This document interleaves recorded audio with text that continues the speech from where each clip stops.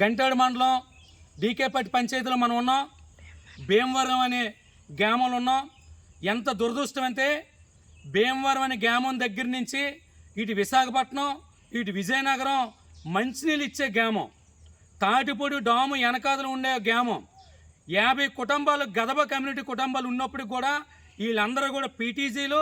వీళ్ళకి 7.5 కిలోమీటర్లు ఎటువంటి రోడ్డు సౌకర్యం లేక, అలాగే మౌలిక సౌకర్యాలు లేక చాలా ఇబ్బందులు పడుతున్నారు. విజయనగరం జిల్లాలో ఈ గ్రామాన్ని గ్రామకంఠంగా గుర్తించి ఈ గ్రామంలో ఉన్న ప్రతి కుటుంబం కూడా ఇల్లు ఇచ్చి అన్ని విధాలుగా ఆదుకోవాలని చెప్పి గిరిజన నాయకుడిగా తుమ్మప్పలరాజు డిమాండ్ చేస్తున్నాడు. అయితే ఈరోజు రాష్ట్రం అంతా కూడా అభివృద్ధి జరుగుతుంది. ఈరోజు కూటమి ప్రభుత్వం వచ్చిన తర్వాత శ్రీ పవన్ కళ్యాణ్ గారు, చంద్రబాబు నాయుడు గారు, అయ్యా ఇలాంటి విలేజ్లు కూడా మీరు ఒకసారి దృష్టి పెట్టాలి. ఈ మధ్య కాలంలోనే బోటు శికారు ఆగిపోతే మళ్ళీ అది బోటు శికారు మీరు మళ్ళీ ప్రారంభిస్తారని ప్రకటన చేయడంతో చాలా ఆనందకరం విషయం. ఈ బోటు శికారు ఓపెన్ చేయడం వల్ల కనీసం వచ్చిన టూరిస్టులు వీళ్ళు పండించిన పంట, కూరగాయలు పండించిన పంటనైనా సరే అమ్ముకొని జీవనోపాధి కలుపుకునే సమయం ఉంది, అవకాశం ఇచ్చినట్టు అయ్యింది.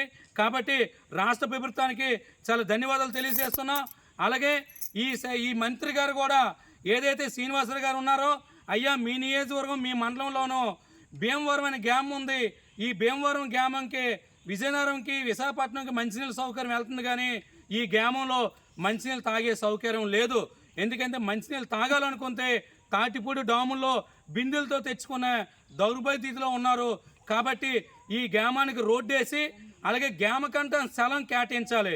ఎందుకంటే ఇదంతా కూడా ముంపు గ్రామంలో టీడబ్ల్యూ ల్యాండ్ అని చూపెడుతుంది. టీడబ్ల్యూ ల్యాండ్ చూపెట్టడం వల్ల తరతరాల నుండి పోడు వ్యవసాయం చేసుకుంటే ఆర్వ పట్టాలు లేవు.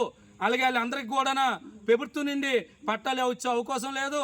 వీళ్ళు ఉంటున్న ఇల్లులు కూడా టీడబ్ల్యూ ల్యాండ్ ఉంది కాబట్టి ఇక్కడ గ్యామ్ కంటాలు లేవు. ఇంటి స్థలాల పట్టాలు కూడా ఇల్లు మంజూరు కూడా చేయలేమని చెప్పి అధికారులు చెప్తున్నారనేసి చాలా బాధపడుతున్నారు. కాబట్టి గిరిజన జేఈసీ నాయకుడిగా తుమ్మప్పలరాజు ద్వారా దయచేసి మిమ్మల్ని వేడుకుంటున్నాం, త్వరలోనే ఈ గ్రామాన్ని మీరు సందేహించి ఈ గ్రామాన్ని పరిశీలించి ఈ గ్రామాన్ని సమస్యను పరిష్కారం చేస్తారని కోరుకుంటున్నాం. జై ఆదివాసీ తుమ్మ.